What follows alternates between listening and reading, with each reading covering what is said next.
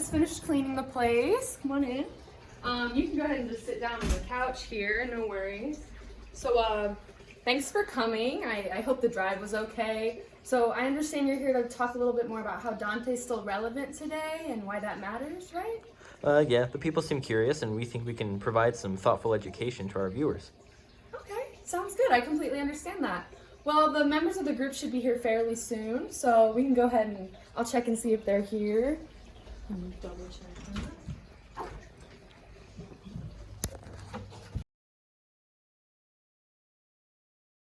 Come on in, everybody. Come on in. Okay.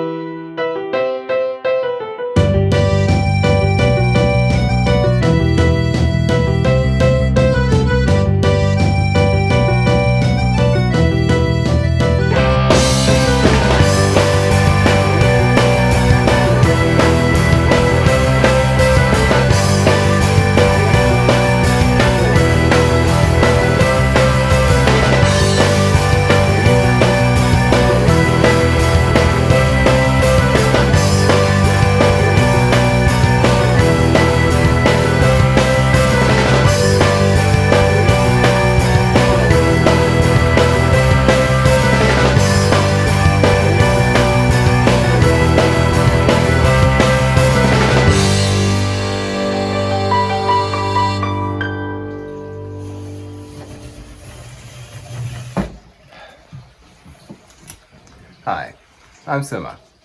As you can see, I'm a fan of Dante. Specifically, his Seventh Circle, and the true history of the Inferno.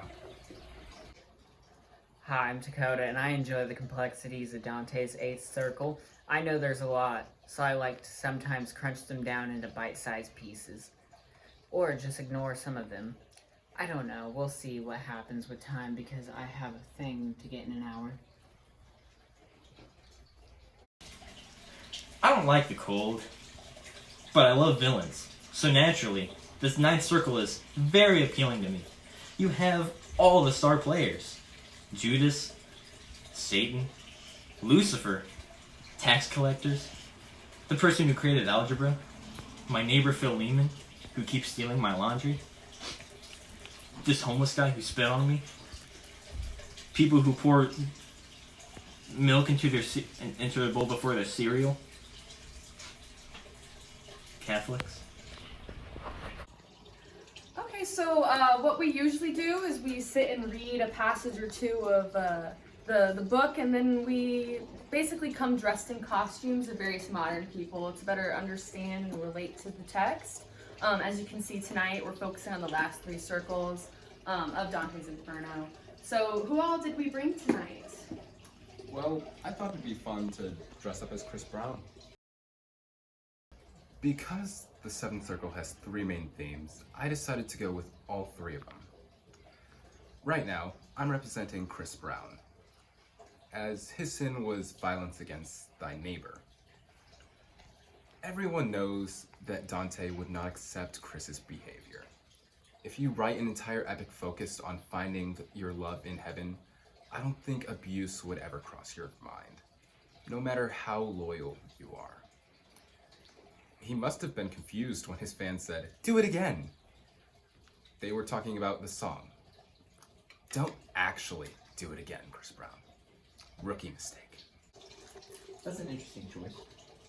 Yeah, but I'm right. Think about it. One of the greatest things in Dante's Inferno is the theme of relationships, and how that can impact the soul, especially a relationship with God. Would you care to expand on that a bit? Sure, here look. One ought to be afraid of nothing other than things possessed of power to do us harm. But things innocuous need be not feared. Dante was not afraid of God because he would not harm him. Rather, it was Satan he was afraid of. This is why Chris Brown would be in hell. He caused harm on the Queen Rihanna herself, and now he's suffering for it. by his career melting into mud, and his soul now boiling in the river of blood. Well, okay, at least now I won't forget the first round of the seventh circle and what that represents. What about everyone else? What did you bring, Dakota? How about you? I'm Hugh Hefner, and he was a bit of a controversial person.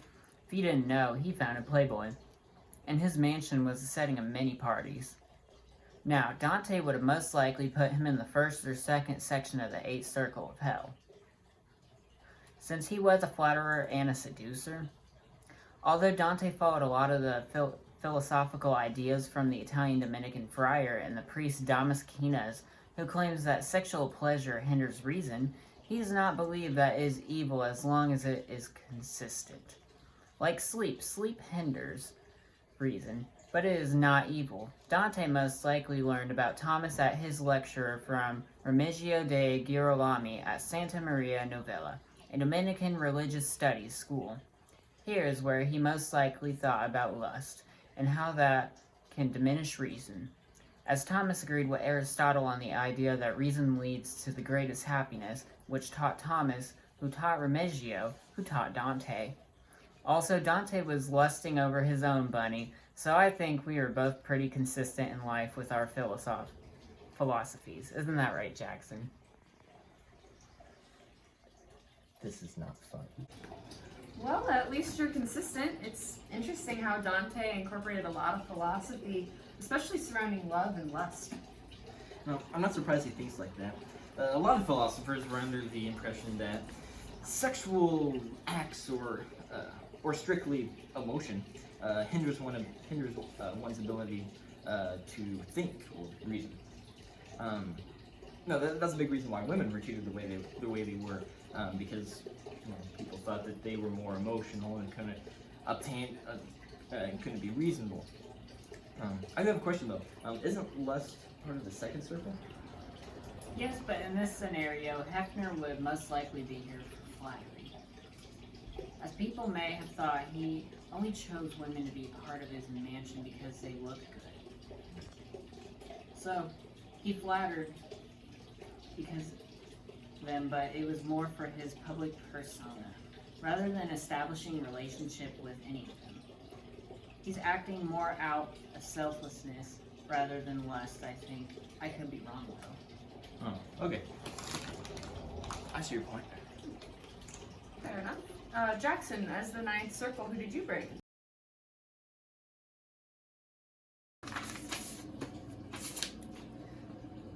Alright, I am Benedict Arnold. And you know what? Fuck George Washington. You know why? Because he thought he could forget about me. No, I don't think so. I don't think that people will forget about Benedict mother Arnold. Okay, Jackson, tone it down a little. Sorry. You know, as Benedict Arnold, I know a lot about traitors and being exiled, as, of course, I bet you know. I was exiled to England after the American Revolution. Obviously, you would have known that. But Dante was a man of great words, great penmanship. You know, he engaged in a little battle himself. Granted, it was a religious battle between the white Guelphs and the black Guelphs. And it was whenever both of the Guelphs rose to power. Dante was a part of the white Guelphs. These were the people who wanted more popery, or papery, I think is the correct enunciation, than the Holy Roman Empire coming in and destroying their land. However, as time went on, the Guelphs divided into the black and the white Guelphs, and the black Guelphs rose higher in power. In fact, the blacks were so close with the Pope. In fact, his name was Pope Boniface the Eighth. That he allowed them to exile any and all white Guelphs. Now, Dante was just doing what he thought was correct for his country, but then his team divided and turned on him, which forced him out of Florence, and he never returned back to Florence. And I can relate. I just hate it when people just turn their backs on their team or their friends or family. It just doesn't make sense. It's really such a bad thing to do that me, as Benedict Arnold, I would never understand, nor would I ever do. For I think whatever I do it for the greatness of my country and for my people. Without a second thought. Disgraceful. I can tell that you really wanted to be an actor. Thanks. I worked really hard on that performance.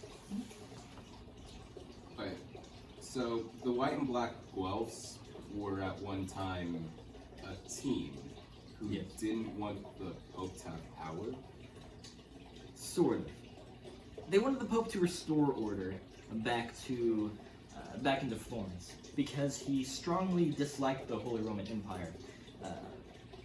However, as time went on, the institutions like the Pope and the Church became to Dante morally corrupt, and so he was exiled for his beliefs, and his allegiance shifted from when the Pope did not have power to the Holy Roman Empire, restoring Christianity back into Florence, Europe, so on. Oh, that's not confusing at all. It's mildly confusing. So I hope I have my history right. He was ultimately banished for his politics, and he drew great inspiration from, I'm assuming, the Black Gulfs from whenever they betrayed him. So I can see why, that's why he probably had the Ninth Circle as the deepest place for traitors. Makes sense. Well, is there anything else we need to talk about? I think we can consider this meeting adjourned for today. I think so. Do you need anything else at all from us? No? Okay, well, thanks so much for coming, everybody. Thank you again. Remember, next week we're going to be talking about the whole thing. Yeah. All right, Bye. Bye.